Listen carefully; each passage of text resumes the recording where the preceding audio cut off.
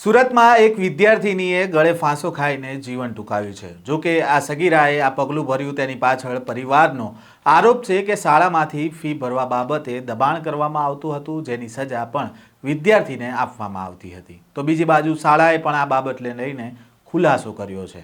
શું છે સમગ્ર વિવાદ, વાત કરીશું આ વિડીયોમાં। વૈષ્ણવજન તો તેને કહીએ જે પીડ પરાઈ જાનાને રે। નમસ્કાર, નવજીવન ન્યૂઝમાં આપનું સ્વાગત છે। હું છું જયંત દાફડા। મૂળ રાજસ્થાન અને સુરતના ગોડદરા વિસ્તારમાં આવેલી પ્રિયંકાનગર સોસાયટીમાં રહેતા રાજુભાઈ ખટીક પરિવાર સાથે રહે છે અને પરિવારમાં પત્ની, 2 દીકરી અને 1 દીકરો છે।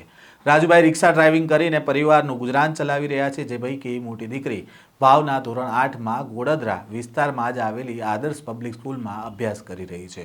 ઉત્તરાયણની રજા બાદ ભાવના સ્કૂલે જતા ફી ન ભરી હોવાથી ટોયલેટ પાસે ઊભી રાખીને તેને સજા આપવામાં આવી હતી અને વિદ્યાર્થીની ફી બાકી હોવાથી સ્કૂલના શિક્ષકે ઇન્ટરનલ પરીક્ષામાં બેસવા દીધી ન હતી અને આખો દિવસ જ ક્લાસ બહાર ઊભી રાખી હોવાનો પરિવારજનોએ ગંભીર આરોપ લગાવ્યો છે। સ્કૂલમાં કરાયેલી સજાના કારણે વિદ્યાર્થીની ગભરાઈ ગઈ હતી અને સ્કૂલે જવાનો ઇનકાર કરતી હતી અને તેના માતા પિતા કામ અર્થે બહાર ગયા હતા, ત્યારે પોતાના ઘરમાં ગળે ફાંસો ખાઈને આત્મહત્યા કરી લીધી હતી। આ મામલે શું કહી રહ્યા છે પરિવારજન, તે જુઓ।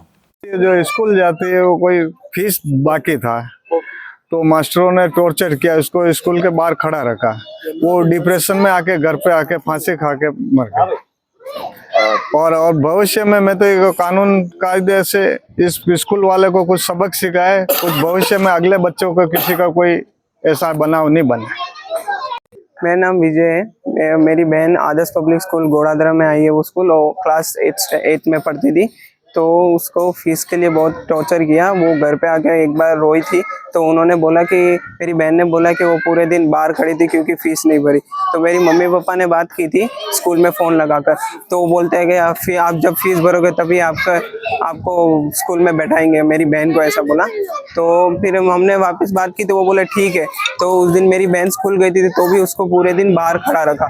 उसको बार बार तो फीस के लिए बोला गया कि फीस लेके आओ, फीस लेके आओ। मेरी बहन घर पे आके रोती थी, तो हमने वापस पूछा तो वो बोली कि उस दिन भी हमने जो बात की थी उसके बाद भी वो बाहर खड़ी रही। तो फिर मेरे मम्मी पापा ने बात की तो भी वो कुछ माने नहीं। तो मेरे मम्मी पापा ने बोला 3-4 दिन में फीस भर देंगे, उसके बाद भेज देंगे। तो भी मेरी बहन स्कूल गई तो भी वो लोग नहीं माने, उसको बाहर खड़ा रखा।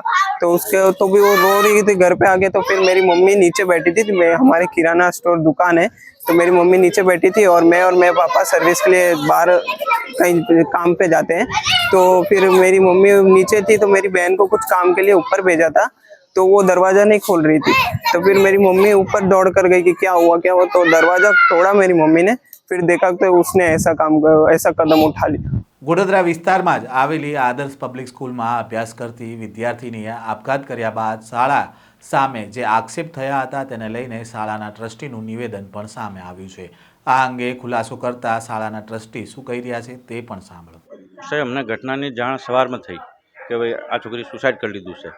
આમાં આવ્યું અમારી સ્કૂલમાં એ આક્ષેપ લગાવ્યું, અમે સાંભળવામાં આવ્યું છે કે સ્કૂલ ફી બાબતે સુસાઇડ કર્યું છે। એવી વાત એકદમ 110% ખોટી છે કે અમે સ્કૂલ ફીસ માટે છોકરાઓને ખબર નથી કે મારી કેટલી ફીસ બાકી છે ને કેટલી જમા છે। આ અમે ખાલી ડાયરેક્ટ વાલી હારે જ કોન્ટેક્ટમાં રહીએ છીએ કે તમારી સાહેબ તમારી ફી બાકી છે, હવે તમે ક્યારે ભરવાના, આગળની ડેટ અમે લઈ લઈએ અને આ ડેટ પર પાછો અમે કોલ બેક કરીએ કે ફી જમા નહીં થતી હોય।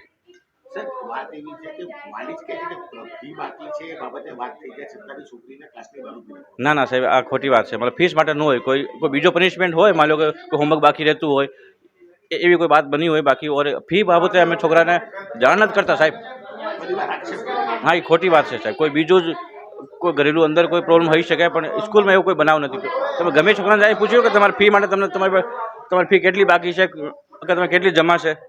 વિગત મુજબ અમે અહીંયા તપાસ કરવા માટે આવ્યા છીએ અને વિદ્યાર્થીઓ પાસેથી અત્યારે પ્રાથમિક કામે એ શરૂઆત કરી છે કે અમે વિદ્યાર્થીઓના સ્ટેટમેન્ટ લઈએ, જેથી કરીને અમે આગળનો ડિસિઝન લેવા અમને ખબર પડે, અમને ખબર પડે કે શું ઘટના ઘટી હતી। વિગતો શું મળી છે આપણને અહીંયા? એ દીકરીએ આપઘાત કરેલ છે। ઓકે, અને હાલ કઈ રીતની કામગીરી આપ કરી રહ્યા છો? હાલ શરૂઆત થઈ છે વિદ્યાર્થીઓના સ્ટેટમેન્ટ લેવાથી, કારણ કે એમનો શાળા છૂટવાનો સમય થઈ રહ્યો છે, એટલે આપણે એમનાથી શરૂઆત કરી। ગંભીર વાત છે, કયા મુદ્દાઓને ધ્યાનમાં લેવાશે? કઈ બાબતો પર તપાસ હાથ ધરાશે મેડમ?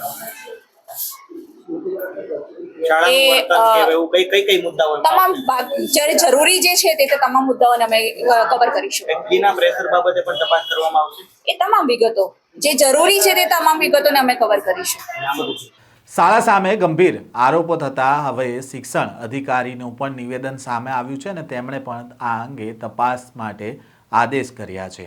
તો શાળાના ટ્રસ્ટીએ આ અંગે કહ્યું છે કે શાળાના બાળકોને ફી અંગે જાણ પણ કરવામાં આવતી નથી ને પરિવાર દ્વારા જે આક્ષેપ કરવામાં આવતો હોય છે તે વાત તદ્દન ખોટી છે અને ફી અંગે બાળકોને ખબર પણ નથી હોતી કે કેટલી ફી બાકી છે અને કેટલી ભરાઈ ગઈ છે. ફી અંગે વાલી સાથે જ વાત કરવામાં આવે છે અને પનિશમેન્ટ હોમવર્ક અંગે આપવામાં આવતું હશે પણ ફી બાબતે ક્યારેય આપવામાં આવતું નથી.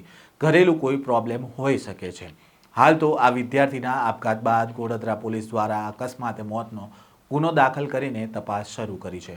હવે પોલીસની તપાસમાં સામે આવશે કે ખરેખર શાળા દ્વારા ફી બાબતને લઈને જે સજા આપવામાં આવી હતી તેના કારણે બાળકીએ આ પગલું ભર્યું કે પછી પારિવારિક કોઈ અન્ય મામલો હતો.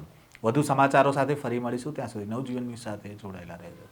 વૈષ્ણવજન તો તેને કહીએ જે